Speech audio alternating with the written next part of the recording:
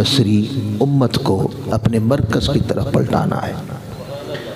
اللہ تعالیٰ ان کی کاوش کو قبول فرمائے، انہیں استقامت دے، ان نوجوانوں کے اندر اللہ پھر سے جذبہ حب رسول صلی اللہ علیہ وسلم پیدا کرے اور ان کی دعوت پر لوگوں کے دل اس مرکز کی طرف پھیر دے۔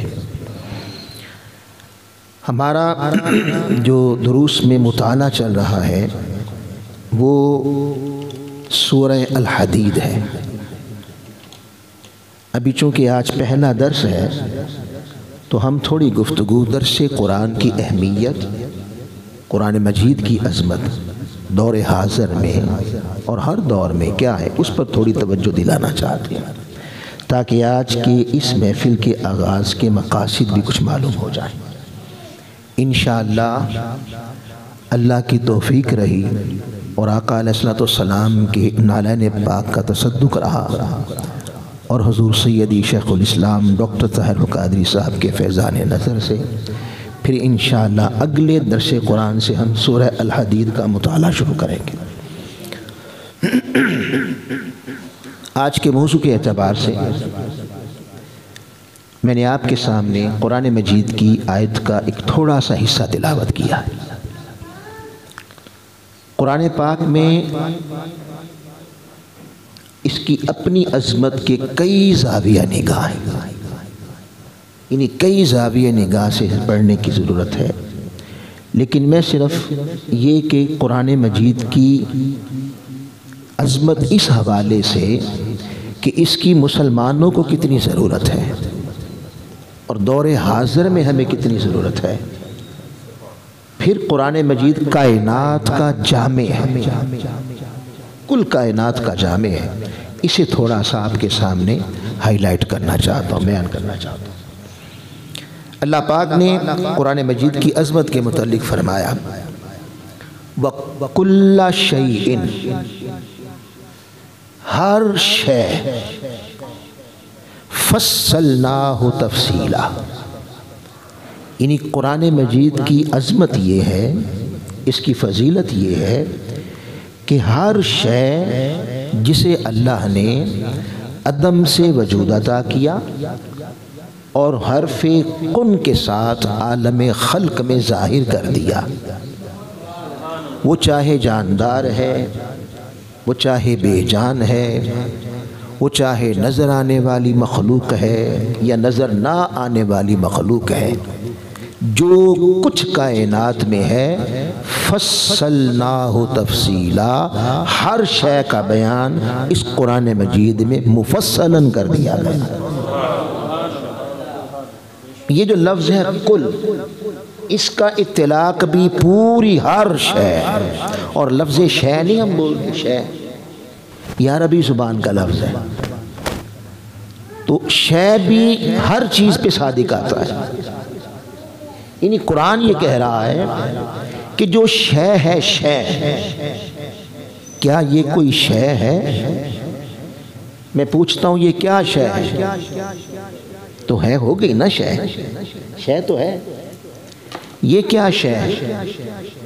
تو شے تو ہے نا، یہ کیا شے ہے؟ مائک ہے۔ قرآن کہتا ہے جو شے ہے وہ قرآن میں ہے۔ اباسن کل شیء، جسے آپ شے کہیں گے وہ قرآن میں ہے۔ یہ آواز سمجھ گئے بھئی؟ یہ کیا شے ہے؟ میری اینک ہے نا، تو قرآن سچا ہے۔ ذالک الکتاب لا ریب فیہ، اس کے بیان میں شک کرنا بھی کفر ہو جائے گا۔ اب قرآن کہتا ہے جو شے ہوگی وہ قرآن میں ہے، تو پھر یہ میری اینک شے ہے کہ نہیں؟ یہ بھی ہے، یہ بھی قرآن میں ہے، یہ ڈبہ بھی قرآن میں ہے۔ آپ کو جو کچھ نظر آ رہا ہے یا نظر نہیں آ رہا، اگر ہے تو قرآن میں ہے۔ بات سمجھ؟ اسی طرح اس کو بہت سارے مقامات پر اللہ نے اس فلسفے کو سمجھایا۔ مثلا دوسرے مقام پہ فرمایا وَأَنزَلْنَا عَلَيْكَ الْكِتَابَ، اے میرے محبوب صلی اللہ علیہ وسلم، ہم نے آپ پر جو کتاب نازل کی ہے تبیانا لکل شیء، ہر شے کا روشن بیان ہے. تو وہاں پر بھی شے آ گیا. ایک تیسرے مقام پر فرمایا ولا رطب ولا یابس الا فی کتاب مبین، کوئی تر شے اور کوئی خشک شے ایسی پیدا ہی نہیں کی مگر اس کا ذکر اس روشن کتاب میں موجود ہے. اب یہ کتنا خوبصورت انداز قرآن مجید نے بنایا. فرمایا کوئی خشک اور تر. اگر ہم عالم خلق کو عمیق نگاہ سے دیکھیں، یا خشکی ہے یا تری ہے. پوری کائنات کا وجود یا خشکی ہے یا تری ہے یا دونوں کا مجموعہ ہے، اس سے باہر کچھ نہیں ہے. تو گویا قرآن مجید کہہ رہا ہے کہ جو کچھ ہے وہ سب قرآن میں ہے، وہ سب قرآن میں ہے.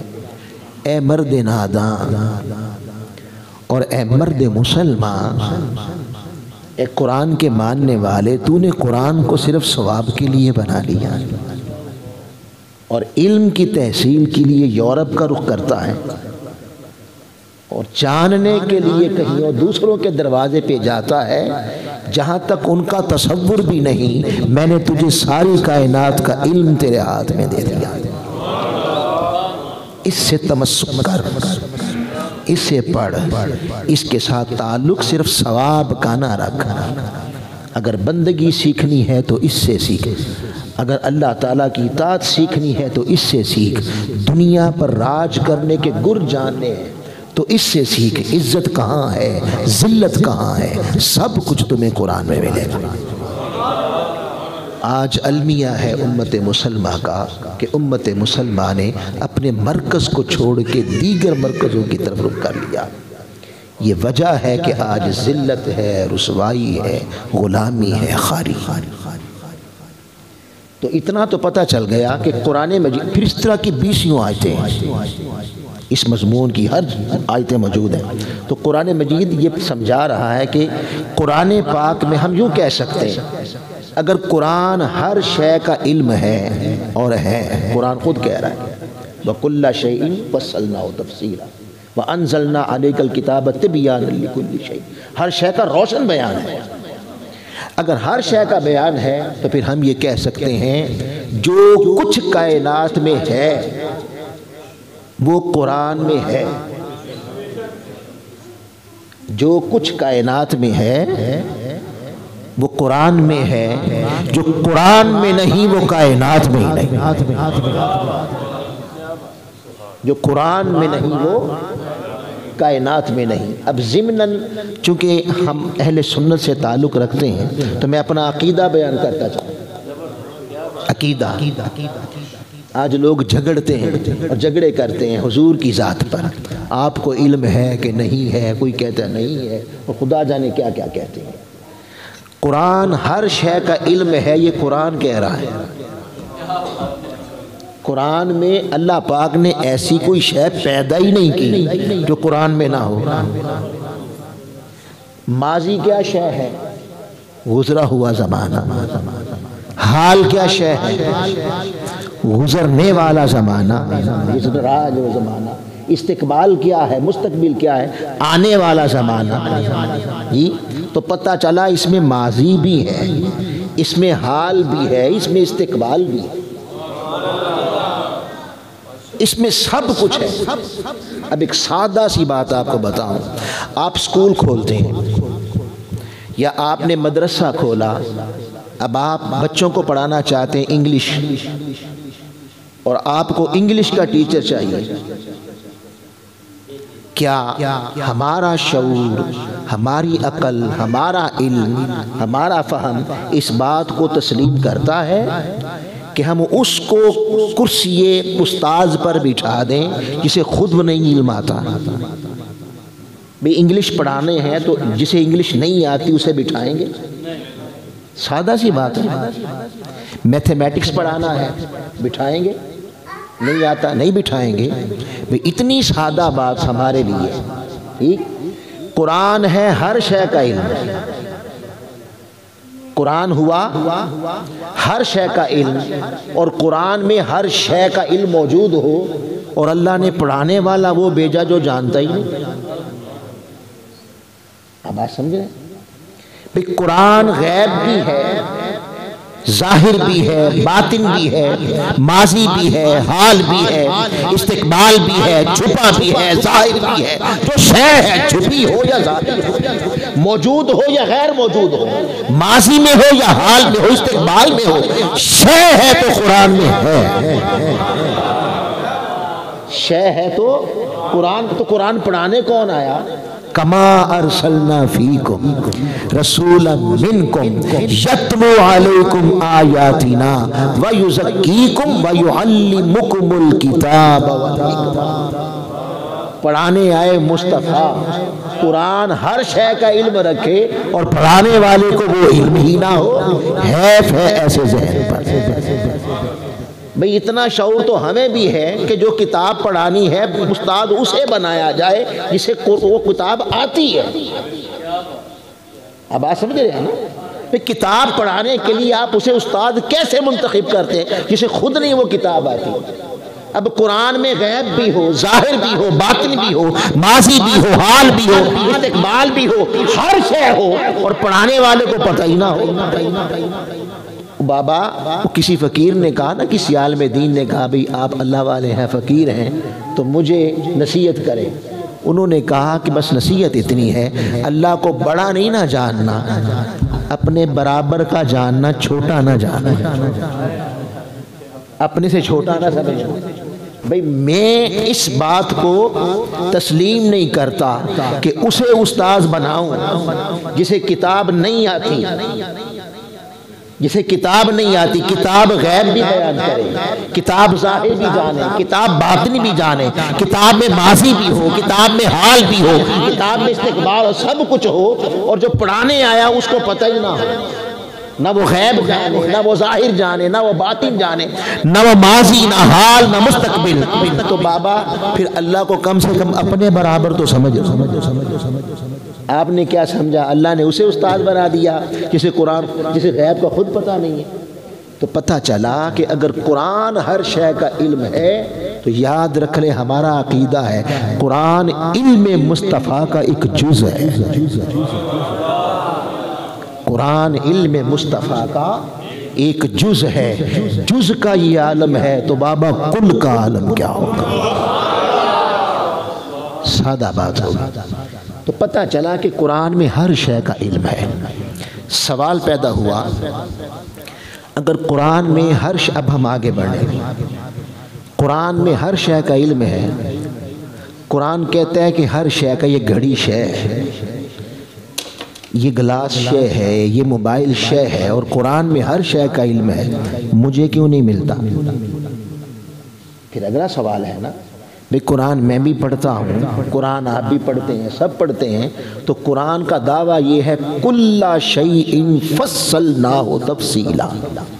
قرآن ہر شے کا علم ہے. تو میں تو روزانہ پڑھتا ہوں، مجھے یہ موبائل کا تذکرہ نہیں ملتا، مجھے یہ گھڑی کا تذکرہ نہیں ملتا، مجھے اس مائک کا تذکرہ نہیں ملتا. وہ کہاں ہے؟ ہاں، اللہ پاک نے فرمایا قرآن ہر شے کا علم ہے، مگر قرآن کی ابتدا میں فیصلہ سنا دیا ملے گا کسے؟ ہر کسی کو نہیں ملے گا. اسے کنڈیشنل کر دیا، اس پر شرط لگا دی. کیا؟ ذالک الکتاب لا ریب فیہ، اس کتاب میں کوئی شک نہیں، جو کہتی ہے سچ کہتی ہے. ہدن، یہ سراپا ہدایت ہے، سرچشمہ ہدایت ہے. تو کیا جو بھی کھولے گا اسے مل جائے گی؟ یہاں قرآن کا نہیں، للمتقین، ملے گی اسے جس کا یہاں معاملہ ٹھیک ہوگا، جو یہاں تقوی رکھے گا، جو یہاں صالحیت رکھے گا، جو اللہ کا خوف رکھے گا، جو اللہ کے رسول کا ادب رکھے گا، جو اللہ کے رسول سے محبت رکھے گا، جو اللہ کی مخلوق کے ساتھ نفرت، کدورت، عداوت، بغض، حسد، کینہ، حرص، لالچ، طمع، ان ساری چیزوں سے جب تک دل کو پاک نہیں کرتا قرآن پڑھ کے بھی کچھ نہیں۔ یاد رکھ لیں، اکتساب فیض قرآن کے لیے کتابیں نہیں ضروری کہ مفتی ہو، یہ شرط نہیں ہے، یہ شرط نہیں ہے کہ اس نے مفسر ہو، اس نے درس نظامی کیا ہو، اس کے پاس ڈگریاں ہو، اس کے پاس ایک ڈگری ہو، کیا خوف خدا ہو، اللہ کا خوف ہو، مصطفیٰ کا ادب ہو، حضور کی امت کا درد ہو، قرآن مجید کی تعلیمات کے ساتھ وہ محبت کے ساتھ آئے اور نفرت کے ساتھ قرآن نہ پڑھے کہ یہ میرا نہیں ہے تو اس کی نفرت کے لیے قرآن سے نکالنا، یہ عقیدہ اور ہے، یہ مسلک اور ہے، یہ جماعت اور ہے، اس کا اور سے تعلق ہے، تو اس طرح کا قرآن پڑھے گا تو بابا پھر قرآن کچھ نہیں دے گا۔ یضل بہ کثیرا ویہدی بہ کثیرا، بڑے قرآن پڑھ کے ہدایت پا جاتے ہیں اور بڑے قرآن پڑھ کے خود بھی گمراہ ہوتے ہیں اور دوسروں کو بھی گمراہ کرتے ہیں۔ یہ کون ہیں؟ جن کے سینے تعصب میں پلتے ہیں، جن کے سینے میں حسد آ جاتا ہے، جن کے سینے میں بغض آ جاتا ہے، جن کے سینے کے اندر حرص آ جاتی ہے، لالچ آ جاتی ہے، دنیا چھوٹے چھوٹے مفادات آ جاتے ہیں۔ قرآن کہتا ہے میں اپنا فیض ایسے سینوں پہ نہیں کھولتا، قرآن سمندر ہے علم کا، مگر ملے گا اسے جو باہر کپڑے سنوارنے سے زیادہ دل کو سنوارنے پہ توجہ دے گا۔ عالم پڑھ عالم فاضل ہوئے تے گیا حجابوں پردہ، علم پڑھیا تے ادبی نہ آیا، کی لینا علم نو پڑھ کے۔ تو قرآن نے فیصلہ سنا دیا ہے، قرآن میں ہر شے کا علم ہے مگر یہ ہر ایک کو نہیں ملے گا۔ اکتساب فیض کے لیے، قرآن سے لینے کے لیے ڈگری کی نہیں، تقوی کی ضرورت ہے، اللہ کے خوف کی ضرورت ہے، درد امت کی ضرورت ہے، مخلوق کے ساتھ محبت اور پیار کی ضرورت ہے، اور فکر انگیزی کی ضرورت ہے، اور ایک کے ساتھ تعصب، ایک کے ساتھ محبت، اس سے قرآن فیض بدل۔ قرآن مجید نے دو ٹوک کہہ دیا، اس لیے آقا علیہ السلام کی بارگاہ میں وہ آپ نے کیلنڈروں پر بھی اور اشتہاروں پر بھی اور دکانوں پر بھی وہ ایک حدیث کا مفصل 25 سوالاتوں کے جواب ایک صحابی نے آگے کیے، کسی نے آگے کیے۔ اس نے ایک سوال کیا، یا رسول اللہ میں سب سے بڑا عالم بننا چاہتا ہوں، یعنی جس زمانے میں میں پیدا ہوں اس زمانے میں مجھ سے بڑا عالم نہ ہو، سب سے بڑا عالم بننا چاہتا ہوں۔ نہیں فرمایا صفا یونیورسٹی میں جا کے پڑھو، بھئی آپ مجھ سے پوچھیں گے بڑا عالم بننا چاہتا ہوں، میں کہوں گا منہاج القرآن پڑھو یا کہیں اور یونیورسٹی میں پڑھو، یہی کہوں گا نا۔ مگر آقا علیہ السلام نے اکتساب علم کے لیے شرط کتاب نہیں رکھی، شرط کوئی مدرسہ نہیں رکھا، اس نے کہا سب سے بڑا عالم بننا چاہتا ہوں، فرمایا خلوت میں بھی اللہ سے ڈرا کر، اکیلے ہو تو تب بھی تمہارے دل پر اللہ کا خوف کا غلبہ رہے۔ جس کے اکیلے میں دل پر اللہ کے خوف کا غلبہ رہے، اصل میں وہ خوف اس کا نام ہے تقویٰ۔ اب مجھ سے سادہ زبان میں پوچھنا تقویٰ کیا ہے؟ کیا آپ چہرے کے سنوارنے کا نام تقویٰ ہے؟ کیا کپڑوں کے سنوارنے کا نام تقویٰ ہے؟ نہیں، تقویٰ کیا ہے؟ جب آپ کو کوئی نہ دیکھے تو دل یہ نہ بھولے کہ مجھے وہ دیکھ رہا ہے، اکیلے میں بھی اتنا پک جائے، جب اکیلے میں نہیں بھولتا تو پھر چار میں کب بھولے گا؟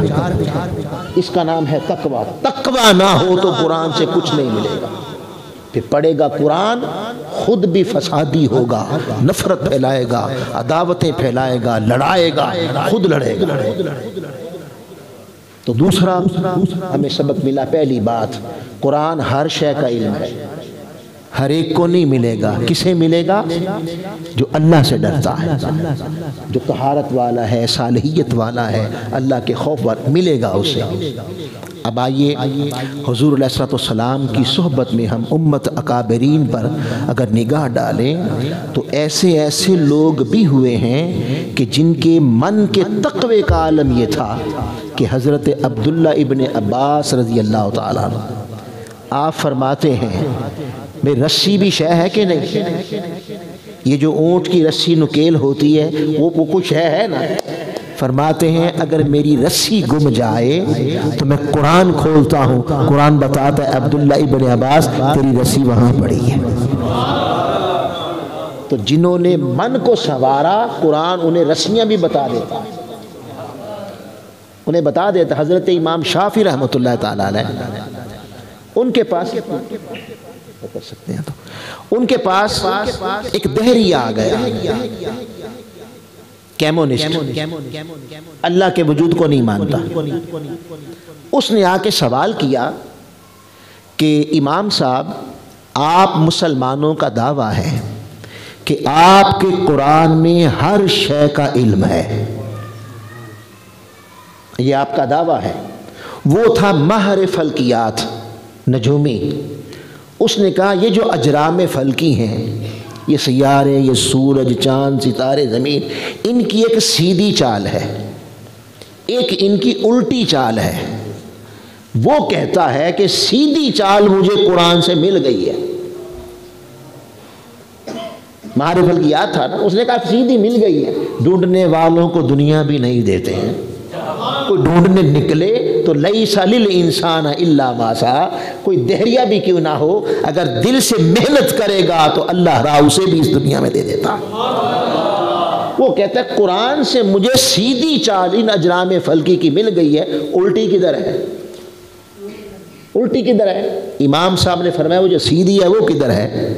اس نے کہا کل فی فلک یسبحون،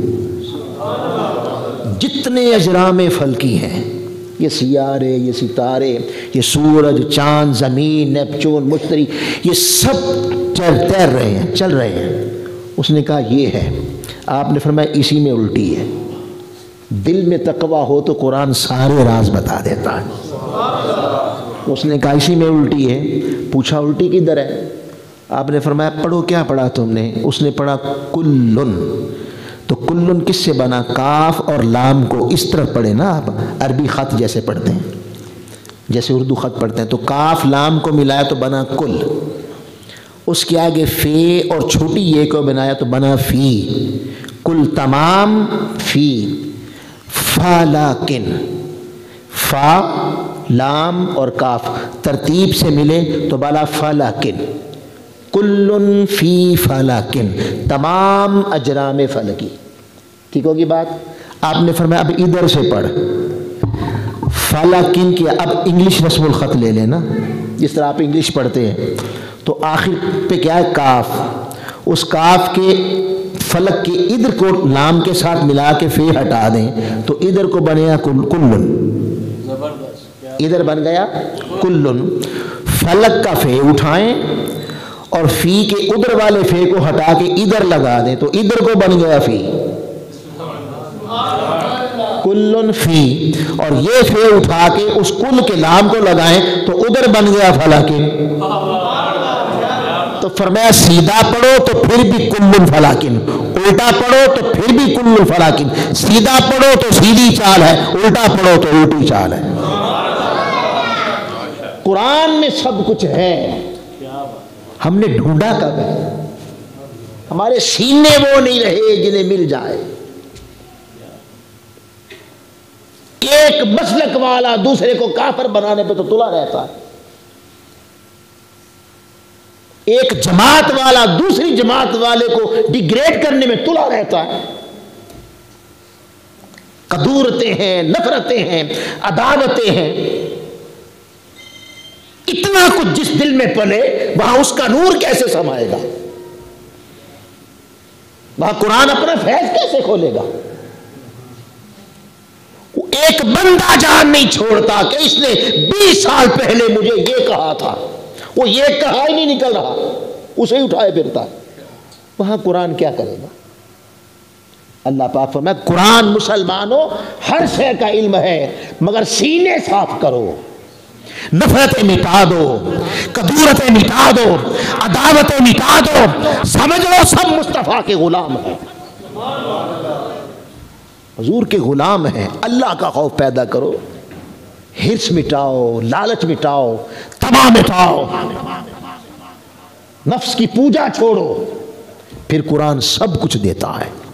اور یاد رکھ لیں یہ کوئی 1400 سال پہلے نہیں دیتا تھا، قرآن پہلے بھی وہی تھا، آج بھی وہی ہے اور قیامت تک وہی رہے گا۔ اور اس سے فیض لینے کے لیے اگر آج بھی کوئی دل کو دنیا والوں سے پاک کر لے، نفرتوں سے پاک کر لے، عداوتوں سے پاک کر لے، بغض و عناد سے پاک کر لے، حرص و طمع سے پاک کر لے، اور خالصتاً اللہ کے دین کی نوکری سمجھ کر جیے، حضور کی امت کا نوکر بن کے جیے، دین کا خادم بن کے جیے، نہ کسی کی نفرت پالے، نہ کسی کی عداوت پالے، نہ کسی سے بغض پالے، نہ اس کے اندر حسد ہو، نہ اس کے اندر غیبت ہو، نہ اس کے اندر لالچ ہو، نہ اس کے اندر تباہ ہو، نہ بخل ہو، اور نہ ہی اس کے اندر دنیا و ما فیہا کی طلب ہو سوائے اس کی رضا کے۔ وہ آج بھی پیدا ہو جائے تو قرآن سارے راز آج بھی کھول دیتا۔ حضور سیدی شیخ الاسلام ڈاکٹر محمد طاہر القادری صاحب، یہ میں آپ کو 30 سال پرانی بات سنا رہا ہوں، چونکہ آپ انٹرنیشنل اسکالر ہیں، آپ کا امریکن یونیورسٹی میں لیکچر تھا، اب وہ انٹرنیشنل یونیورسٹی ہے، وہاں پر یہودی بھی پڑھتے ہیں، عیسائی بھی پڑھتے ہیں، بدھ مت بھی پڑھتے ہیں، اسٹوڈنٹس ہیں، پڑھانے والے بھی، پروفیسرز بھی ہیں، ان میں مجوسی بھی ہیں، پارسی بھی ہیں، مسلم بھی ہیں، ہندو بھی ہیں، سکھ بھی ہیں، سارے تھے۔ ڈاکٹر صاحب کا 30 سال پرانی بات سنا رہا ہوں، آج کی نہیں سنا رہا، 30 سال پرانی بات ہے۔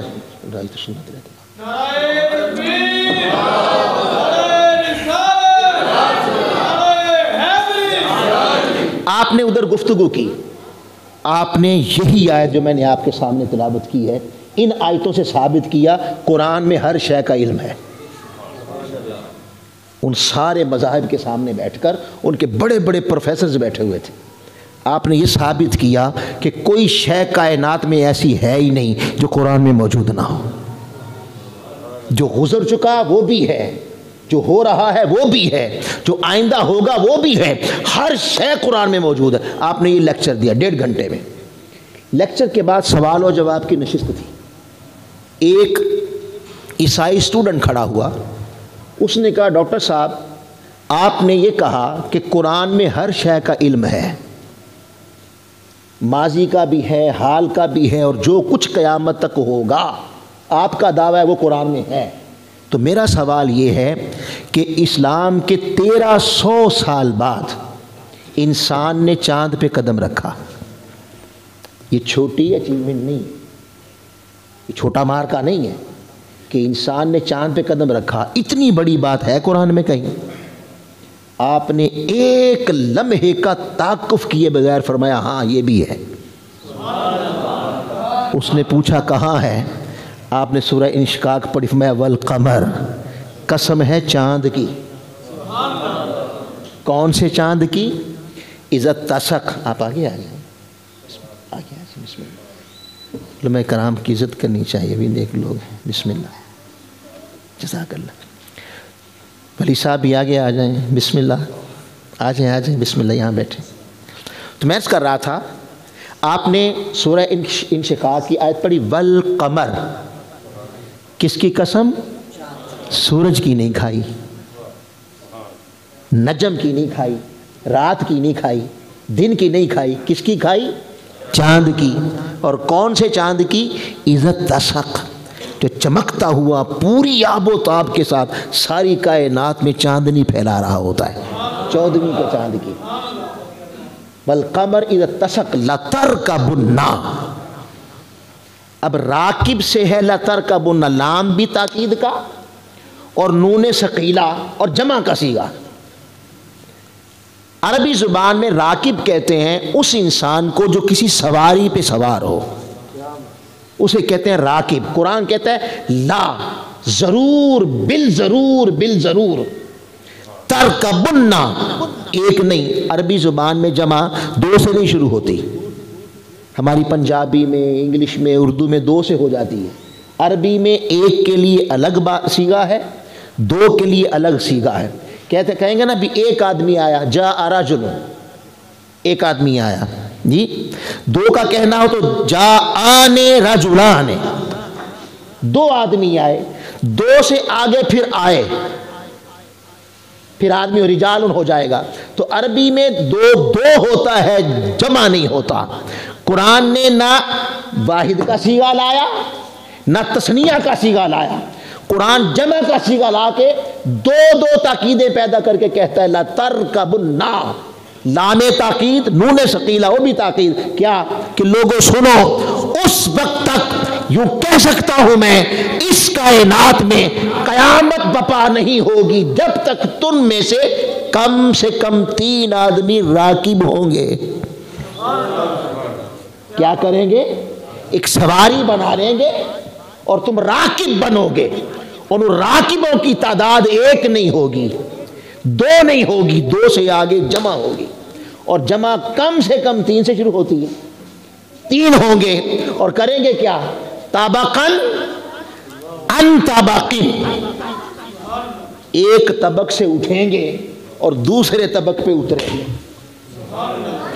تو سوال پیدا ہوا، پہلا طبق کون سا ہوگا؟ تو یہ قرآن کدھر آیا؟ چاند پہ آیا کہ زمین پہ آیا؟ اور یہ قرآن جسے مخاطب ہے وہ کس طبق پہ رہتے ہیں؟ زمین پہ۔ تو پتہ چلا پہلا طبق تو ہو گیا زمین، یہ دوسرا طبق کون سا ہوگا؟ تو سب سے پہلے جس طبق پہ انسان نے قدم رکھا وہ چاند تھا، تو قسم چاند کی کھا کے اشارہ کر دیا وہ چاند ہوگا۔ والقمر اذا اتسق لترکبن، آگے طبقن کہہ کے سٹاپ نہیں کیا کہ یہ سفر یہاں ختم ہو جائے گا، نہیں، پہلا قدم چاند پہ ہوگا اور طبقن کہہ کے کھلا چھوڑ دیا۔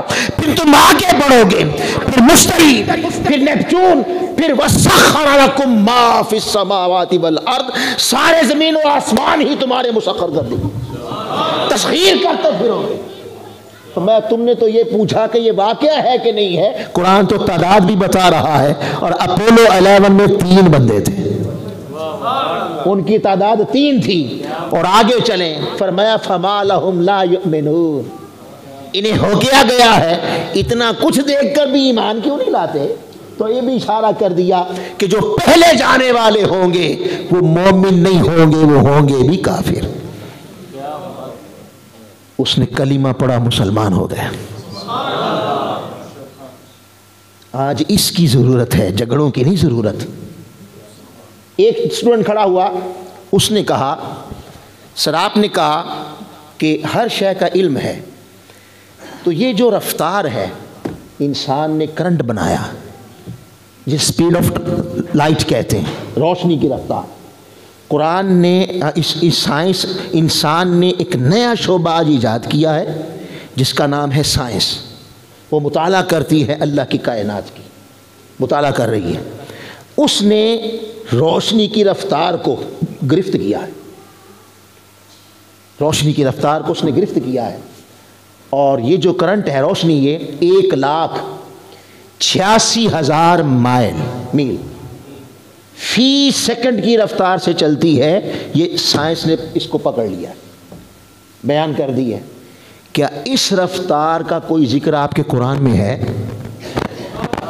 1400 سال کے بعد ایک چیز ایجاد کی ہے، اس کا تصور بھی پہلے نہیں تھا کہ روشنی کی رفتار کیا ہے۔ تو آج حضرت انسان نے یہ کام کیا ہے۔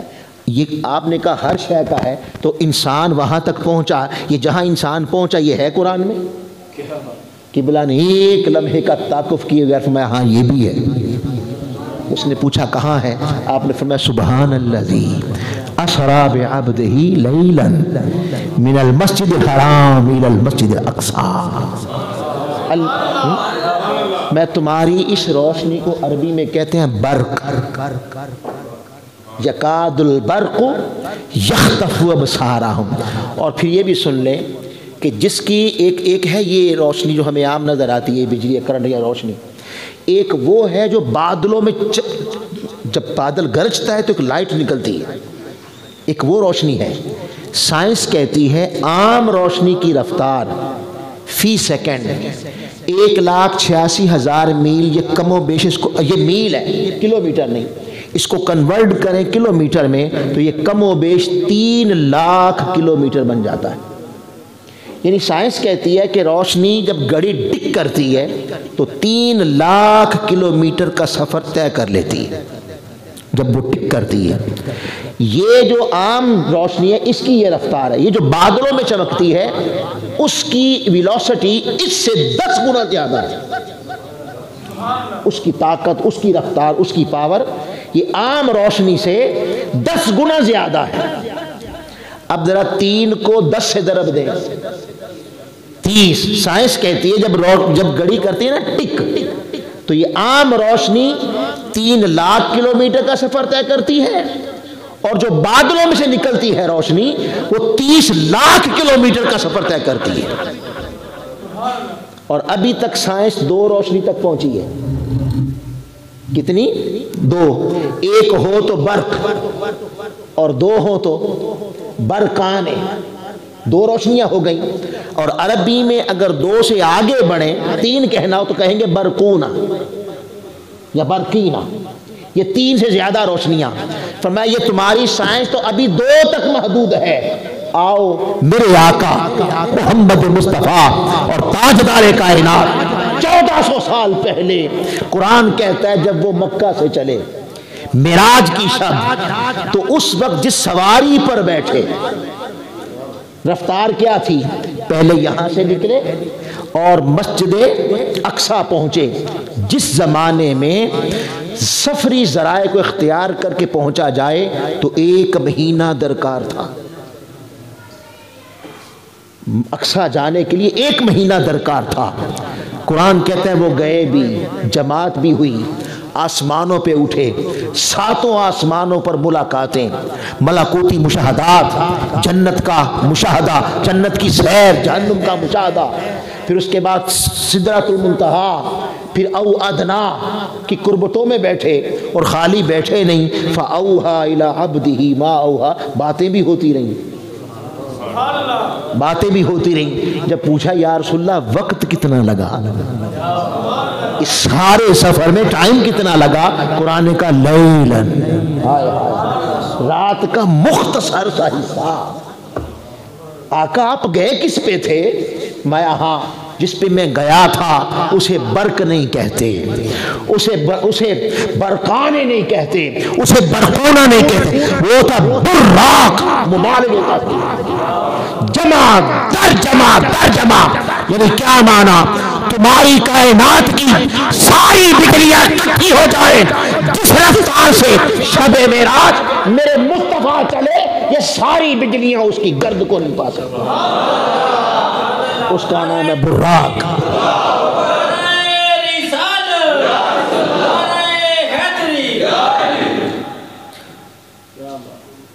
اگر سینہ پاک ہے، اگر تقویٰ ہے، اگر نفرت نہیں ہے، اگر حرص نہیں ہے، اگر لالچ نہیں ہے، اگر طمع نہیں ہے، عداوت نہیں ہے، اور کائنات و ما فیہا، ارے کائنات شے کیا ہے، دنیا کی دولت شے کیا ہے، دنیا کے خزانے اور یہ بینک بیلنس اور دولت سے کیا ہے؟ خدا کی عزت کی قسم اگر بندہ صاحب تقویٰ ہو، دنیا تو دنیا ہے، جنت بھی خاطر میں نہیں۔ یہ شے کیا ہے؟ وہ جنت بھی خاطر میں نہیں لاتا، اور دنیا کا خوف کیا، اور دنیا کے کسی ظالم وڈیرے سرمایہ دار فرعون نمرود اور یزید کا خوف دل میں پالے، یہ شے کیا ہے؟ وہ تو خدا کی قسم تقویٰ یہ ہے کہ اللہ سے ایسا جڑا ہوتا ہے کہ اسے جہنم کا خوف بھی اس کے خیالوں سے نہیں گزرتا، وہ صرف اللہ کی ناراضگی کو دیکھتا ہے، اللہ کی محبت کو دیکھتا ہے۔ پھر قرآن کہتا ہے ایسا دل لانے والے میرے خزانے تیرے لیے، میرے سارے خزانے تیرے لیے. حضور سیدی شیخ الاسلام ڈاکٹر طاہر القادری صاحب. اب یہ سائنس کہتی ہے کہ یہ جو سیب ہے یا یہ گلاس ہے یا یہ پینسل ہے، میں نے یہ چھوڑی، نیچے گری. نیچے گری کیوں؟ سائنس قائم ہوتی ہے کیوں، کب، کیسے، کہاں. یہ 4 سوالوں پر سائنس کی بنیاد ہے. ٹھیک ہوگی بات؟ اور یہ چاروں سوال عقل کے ہیں. یہ چاروں سوال عقل کے ہیں. گزر جا عقل سے آگے کہ یہ نور چراغ راہ ہے، منزل نہیں ہے. اقبال کہتے ہیں. اور قرآن نے کہا لا ریب فی، اس میں شک نہیں ہے. شک کیا ہے؟ کیسے. شک کس کا نام ہے؟ کب، کہاں، کیسے، کیوں. یہ سب عقل ہے اور سائنس قائم ہے عقل پر. ٹھیک ہوگی بات؟ میں ضمناً ایک میرے ذہن میں آ گیا، میں وہ بھی سمجھا دوں کہ یہ اس میں شک نہیں کرنے کا معنی کیا ہے. یعنی یہ قرآن اپنے رموز کھولتا کس پہ ہے؟ قرآن کے فیض کا سرچشمہ کون سا سینہ قرار پاتا ہے؟ ہر نہیں پائے گا. قرآن ہے سب ساری کائنات کے لیے مرکز ہدایت ہے، مگر ہر ایک کو نہیں ملے گا. یہ لینے کے لیے کچھ کرنا پڑے گا. اس کوٹھے کو صاف کرنا پڑے گا. اس کے اندر سے حرص نکالنی پڑے گی، لالچ نکالنی پڑے گی، اور یہ سارے سوالات اٹھا کے پھینکنے پڑیں گے. تو اس لا ریب کا معنی یہ ہے. میں اس کی مثال دیتا ہوں. مثال کے طور پہ میں یہ دعویٰ کر دیتا ہوں بھئی ابھی جب ہم جہاں روٹی کھائے ہم نے یا باہر ہم تھے، شیر آ کے اندر داخل ہو گیا. اگر ادھر کوئی کمرہ ہے تو میں کہوں بھی اس کمرے میں شیر گیا ہے. ٹھیک ہے؟ اب آپ کیا کریں گے؟ میرے اس سوال کو ودن سیکنڈ یہ کام ہوگا کہ جو میں نے پوچھا ہے آپ اپنی عقل سے پوچھیں گے یہ بات سچ ہے. وہ جواب دے گی بھی آیا تو میں بھی ہوں، شیر تو کوئی نہیں تھا. میں شیر ہوتا تو بگدڑ مچتی، کوئی شور اٹھتا. پھر یہاں شیر کیسے آ گیا؟ جنگل ہی کوئی نہیں ہے.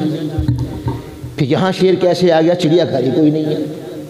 پھر میں یہاں بچپن سے رہتا ہوں، پل کے جوان ہوا ہوں، بڑا ہوا ہوں، کسی کے گھر میں بھی شیر نہیں ہے. یہ سارے سوال آپ نے عقل سے کیے تو عقل نے یہ سارا کچھ بتا دیا. کیسے، کہاں سے. جی یہ سارے سوال کیے نا. عقل سے پوچھیں گے تو عقل کہتی ہے نو. تو آپ کہتے ہیں نہیں، آپ نے ایسے ہی نہیں کہا. ودن سیکنڈ بہت ایک پوری آپ کی کوسچن ہوئے ہیں، آگے سے سوال ہوئے ہیں، سوالوں کے جواب آئے ہیں عقل سے. آپ نے کہا نو، نہیں ہوا. یا یہ بات ہوگی، یا پھر آپ کا مجھ سے ایسا تعلق ہو جائے کہ آپ یہ کہہ دیں آپ کے دل میں، یعنی میرے ساتھ تعلق کا یہ حال ہو جائے کہ آپ یہ عقیدہ رکھیں کہ میں جو کہتا ہوں کہتے ہی سچ ہوں، جھوٹ بولتا ہی نہیں کبھی. یہ عقیدہ ہو جائے تو پھر آپ عقل سے نہیں پوچھیں گے. اور یاد رکھ لیں یہ عقیدہ سوائے محبت اور حبی قلبی تعلق کے ہو ہی نہیں سکتا. جس کے ساتھ جب تک عشق تک نہ ہو جائے، محبت نہ ہو جائے، اس کے بغیر نہیں ہو سکتا. اب قرآن کہتا ہے قرآن پڑھنے والے اگر فیض لینا، اگر قرآن سے فیض لینا ہے، قرآن کے رموز جاننے ہیں، قرآن کے سمندروں سے اگر تو نے ہیرے جوہرات علم عرفان کے چشمے لینے ہیں تو سن، عقل کو پیچھے چھوڑ، مصطفیٰ سے ایسا تعلق جوڑ جو بغیر سوال جو عشق کی حد تک ہو، جو محبت کی حد تک ہو، جو چاہت کی حد تک ہو. اور کیسا تعلق ہو، کیسا تعلق ہو. حضور کہے میں لمحے میں آ گیا. اور عقل دوڑے کیسے، عقل اٹھے اور دوڑے کیسے، اور دروازہ عشق پہ آ جائے. ہائے ہائے ہائے، عاشق کے پاس آ جائے اور سوال پہلے یوں کرے، اے صدیق بتاؤ، صدیق بتاؤ کوئی کیا کوئی یہ کہے کہ میں یہاں سے مسجد اقصیٰ گیا، آسمانوں پہ گیا اور وہ ادنا کی قربتوں میں بیٹھا، جنت دیکھی، دوزخ دیکھی، اور یہ سارا سفر ایک لمحے سے بھی پہلے کر لیا، میں جب کوئی کہے تو نہیں کر سکتا،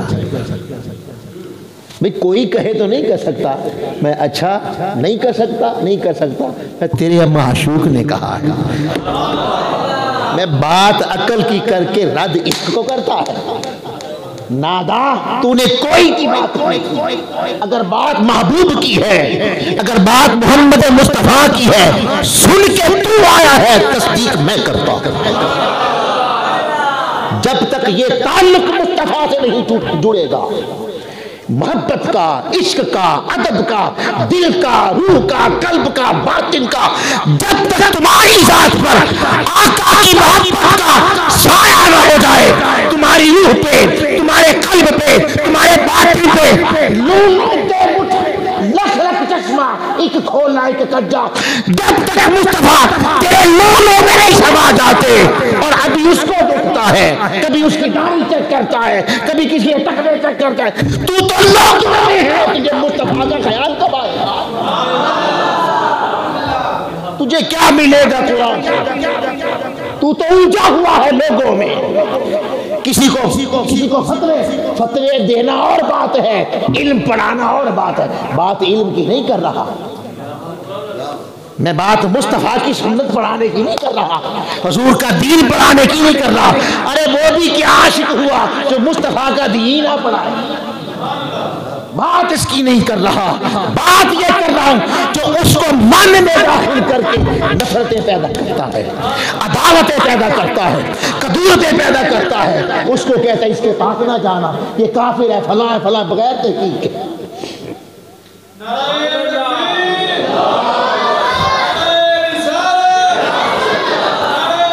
لوگوں علم وہاں سے نہیں پھوٹتا، علم پھوٹے گا اس وقت جب من بھی پاک ہو جائے، روح بھی پاک ہو جائے، حضور کے لیے درد پیدا ہو جائے، جس طرح حضور راتوں کو اٹھ کے امت کے لیے رویا کرتے تھے، امت کا حال دیکھ کے تیری نیندیں بھی اڑ جائیں، تیرا دل رونے لگے، تیری آنکھیں، تیرا دل تڑپنے لگے، تیری روح بھڑکنے لگے امت کے زوال کو دیکھ کر، امت کی حالت کو دیکھ کر، امت کی رسوائی کو دیکھ کر، امت کی در در کی ٹھوکروں کو دیکھ کر، مصطفیٰ کی طرح جب تیرا بھی اس امت کے لیے دل تڑپ اٹھے اور تجھے کوئی خیال نہ رہے سوائے مصطفیٰ کے دین اور حضور کی امت کا، اور انہیں توڑنے کی بجائے جوڑنے کی طرف چلے، تو اس محبت کے ساتھ آگے بڑھو، انشاءاللہ پھر قرآن اپنے رموز کھول دیتا ہے۔ اور میں نے آپ کو زندہ مثال دے دی ہے، آج زندہ مثال وہ بندہ موجود ہے، انسائیکلوپیڈیا لکھ دیا،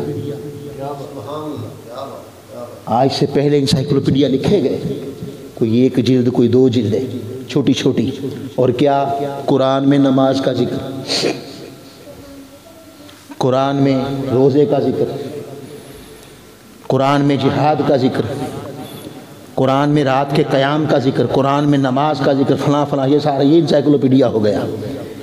آج سائنس کا دور ہے، اس نے بتا دیا قرآن میں گائنی میڈیکل کا ذکر، قرآن میں کارڈیالوجسٹ کا ذکر، قرآن میں فلاں انجینئر کا ذکر، عمرانیات کا ذکر، اقتصادیات کا ذکر، یعنی جو کچھ کائنات میں آج کے دور کے انسان کی ضرورت ہے اس بندے نے سب کچھ نکال کے دے دیا، کیسے؟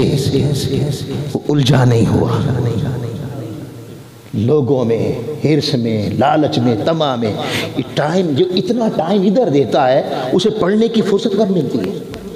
مجھے تو یہ نہیں سمجھ آتی بھی جب میں اتنا ٹائم خرچ کرتا ہوں، اسے دیکھتا ہوں، نفرتیں، کدورتیں پھیلاتا ہوں اور یہ کچھ کرتا ہوں، تو میرے پاس وقت کب بچتا ہے کہ میں قرآن سے کوئی ہدایت کی بات بھی نکالوں؟ اب بات سمجھ رہے؟ اب آخری بات کرتا ہوں، تو میں عرض کر رہا تھا کہ یہ جو نیچے گرتی ہے، سائنس کہتی ہے یہ گری نہیں، اسے زمین نے کھینچا ہے، اسے زمین نے کھینچا ہے۔ اب میں اپنے عقیدے کی بات کرنے لگا ہوں، چونکہ ہمارا تو سفر بھی گنبد خضرا سے شروع ہوتا ہے اور وہیں جا کے ختم ہو جاتا ہے، موضوع کوئی ہو سب وہیں سے ملتا ہے، تو وہاں ختم کرنے لگا ہوں گفتگو۔ تو یہ اس لیے گرتی ہیں.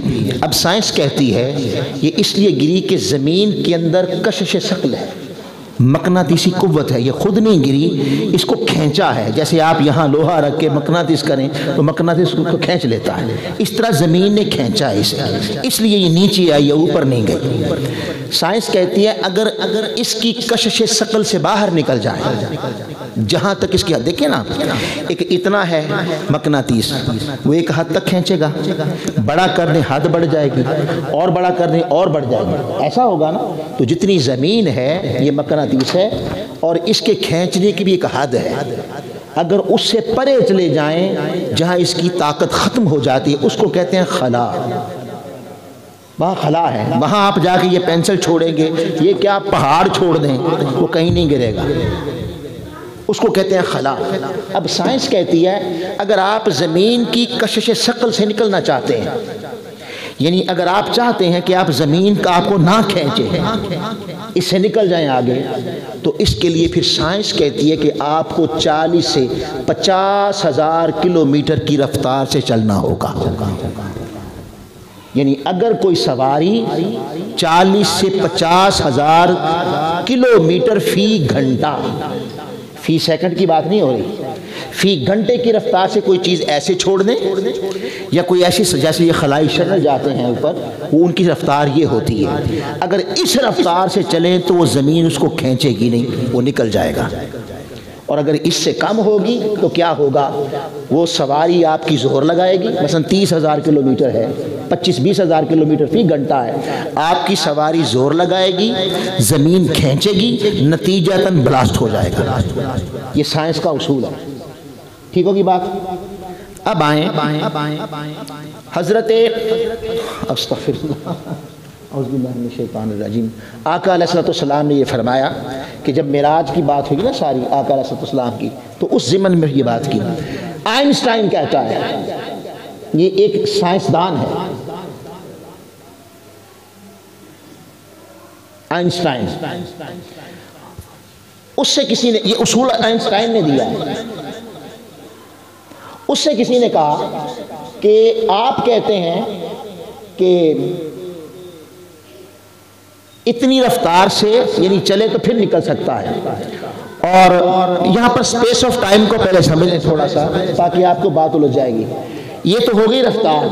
اب سائنس کا ایک اصول یہ ہے کہ آپ کسی گاڑی پہ چل رہے ہیں نا، آپ سپیڈ بڑھا دیں تو وقت کم ہوتا ہے، وقت جو ہے وہ پیچھے جائے گا. جب آپ کی سپیڈ آگے بڑھے گی وقت پیچھے جائے گا، اور اگر آپ سپیڈ کم کریں وقت آگے جائے گا.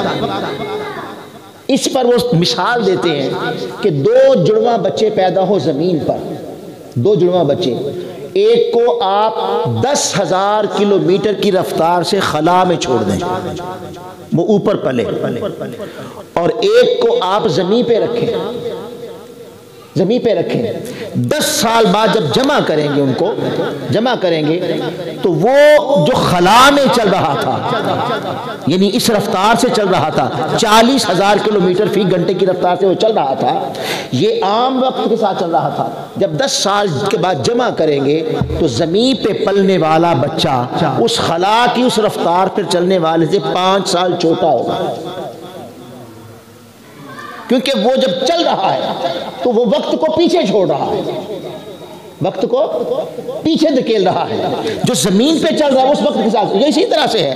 دیکھیں نا، ایک شخص ہے وہ دوڑ رہا ہے، ایک شخص 100 کی سپیڈ سے گاڑی پہ چل رہا ہے تو وقت پیچھے کرے گا نا.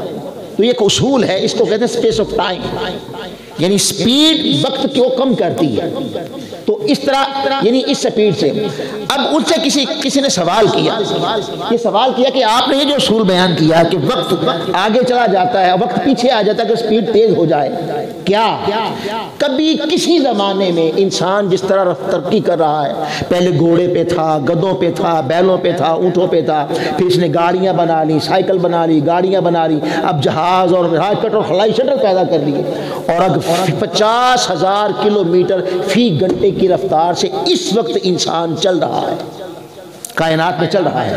ان سے پوچھا گیا، سر آپ یہ بتائیں آپ یہ بتائیں کہ کیا کبھی کسی زمانے میں جا کر اگر انسان اسی طرح ترقی کرتا رہا اور سواریاں بناتا رہا تو کیا کبھی کوئی زمانہ ایسا آئے گا، ایسا پیدا ہو سکے گا، یا انسان ترقی کی یہ منازل طے کر سکے گا کہ وہ اتنی سپیڈ کی سواری طے کر لے، بنا لے جس کی سپیڈ آف لائٹ والی، لائٹ روشنی اتنی ہو، یعنی فی سیکنڈ 3 لاکھ کلومیٹر کی سپیڈ سے چلے، ایسا ہو جائے گا؟ انہوں نے کہا، بڑا کیٹاگوریکل کہا، نو، ایسا نہیں ہو سکتا۔ پوچھا کیوں؟ کہا اگر ایسا چلا تو 3 قانون لازم ہیں، وہ سائنس کے قانون آئیں گے۔ پہلی بات وہ بیان کرتی ہے سائنس، پہلی بات یہ ہے کہ انسان کو اللہ نے جس مٹیریل سے بنایا ہے، جسے ہم بشر کہتے ہیں، اس میں اتنی طاقت ہی نہیں ہے، یہ میٹل ہی ایسا نہیں ہے، مادہ ہی ایسا نہیں ہے کہ اس رفتار کا سامنا کر سکے۔ یہ فی سیکنڈ 3 لاکھ کلومیٹر کی رفتار سے چلنا یہ انسان کے بس کی بات ہی نہیں ہے، ایسی سواری نہیں پیدا ہو سکتی۔ پوچھا کیا ہوگا؟ کہا اگر اس طرح چلا اور 3 لاکھ کلومیٹر فی سیکنڈ سے چلا تو اس رفتار کا سامنا نہیں کر پائے گا، اس رفتار کی وجہ سے ریزہ ہو کے فضا میں بکھر جائے گا۔ یہ سر آئنسٹائن سائنس کہتی ہے۔ انہوں نے جب یہ کہا تو انہیں کہا گیا آپ کہتے ہیں چل نہیں سکتا، آپ کہتے ہیں انسان چل نہیں سکتا، مسلمانوں کا نبی جن کا نام محمد ہے، آپ اس کی بات کرتے ہیں، وہ کہتے ہیں وہ براق پہ چلا اور اس سپیڈ کا اس سے موازنہ کوئی نہیں ہے، جس رفتار سے وہ چلا۔ اس نے کہا نہیں یہ جھوٹ ہے، اس نے کہا یہ سچ نہیں ہے، انہوں نے کہا نہیں، ان کا قرآن کہتا ہے سبحان اللہ اسریٰ بعبدہ لیلا، جو میں بات کرنا چاہتا تھا، اسریٰ بعبدہ لیلا، وہ کہتے ہیں نہیں وہ گیا، رات کے تھوڑے سے حصے میں گیا اور وہ گیا، وہ کہتے ہیں اچھا اگر گیا تو پھر اس کا مطلب ہے کہ وہ بشر نہیں تھا،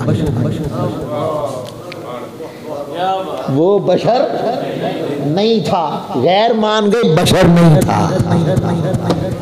اس نے کہا نہیں بشر ہوتا تو چل نہیں سکتا، بشر ہوتا تو وہ تو 3 لاکھ کلومیٹر کا سامنا نہیں کر سکتا، تم کہتے ہو وہ یک لخت ایک لمحے سے پہلے ساری کائنات پھر کے آ گیا، یا یہ ہوا نہیں واقعہ، اور اگر ہوا ہے تو وہ کوئی بشر نہیں تھا۔ انہوں نے کہا نہیں وہ بشر ہی تھا، ان کا قرآن کہتا ہے انما انا بشر مثلکم، میں تمہاری مثل بشر ہوں۔ اس نے کہا اچھا اگر بشر بھی ہے اور چلا بھی ہے تو سنو پھر ہم جیسا نہیں تھا، پھر ہم جیسا نہیں تھا، واہ واہ، بشر نہیں عظمت بشر ہے، میرا پیغمبر عظیم تر ہے، جو قرآن کا فیض چاہتا ہے وہ اس پیغمبر سے جڑ جائے، وہ حضور سے جڑ جائے، تقوی صالحیت پیدا کرے، زبان کو سچائی سکھائے، اس کے کردار میں، ظاہر میں، باطن میں، اپنے تو اپنے، ارے خیر دشمن بھی ہو تو امانت پاس ہی رکھے۔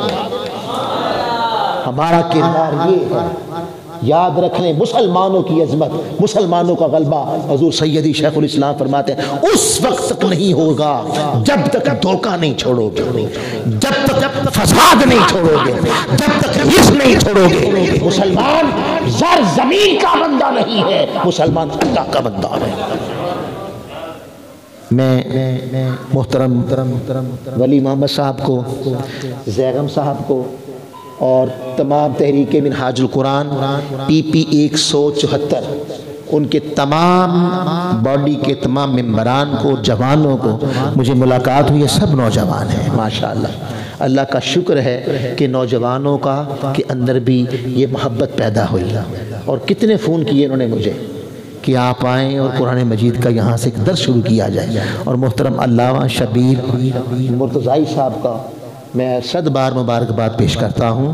آپ یہ سمجھیں، ہاں سب سے اہم بات یہ آپ نے کی ہے، سب سے اہم بات اس مسجد کی انتظامیہ۔ اگر یہاں سے کوئی ایک بندہ بھی علم کی کوئی خیرات لے کے اٹھ گیا تو یاد رکھ لیں یہ ہم سب کے لیے دنیا و آخرت کی نجات کے لیے کافی ہے۔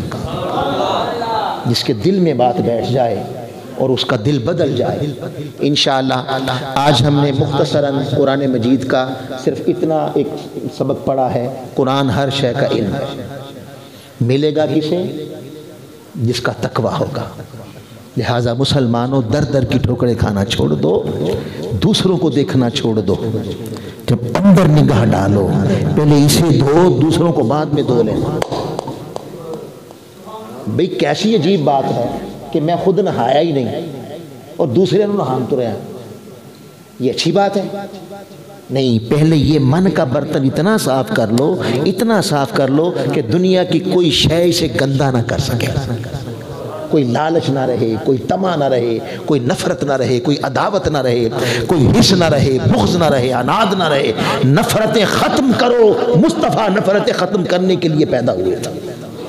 ارے آقا کا تو عالم یہ تھا کہ حضور نے پتھر کھا کھا کے وہ جو ایک دوسرے کے جان کے دشمن تھے ایسا فیض دیا انہیں اور ایسے دل پاک کیے وہ ایک دوسرے پر جانیں قربان کرنے لگے۔ وہ دین کی خدمت کیسے ہو سکتی ہے کہ مصطفیٰ کا غلام ہو اور اس کے اندر ایک دوسرے کے لیے نفرت آ جائے؟ وہ چاہے قرآن سے ملے، وہ چاہے حدیث پڑھ کے سنائی جائے، اگر دلوں میں نفرت آتی ہے وہ دین مصطفیٰ کا نہیں ہے۔ اگر دلوں میں محبت آتی ہے وہ دین مصطفیٰ کا۔ انشاءاللہ ہم اگلے درس قرآن سے سورہ الحدید کا مطالعہ شروع کریں گے۔ اللہ پاک ہمیں قرآن مجید اور صاحب قرآن کے ساتھ محبت، ادب اور اپنی وابستگی آخری سانس تک پختگی عطا فرمائے۔ وما علینا الا البلاغ۔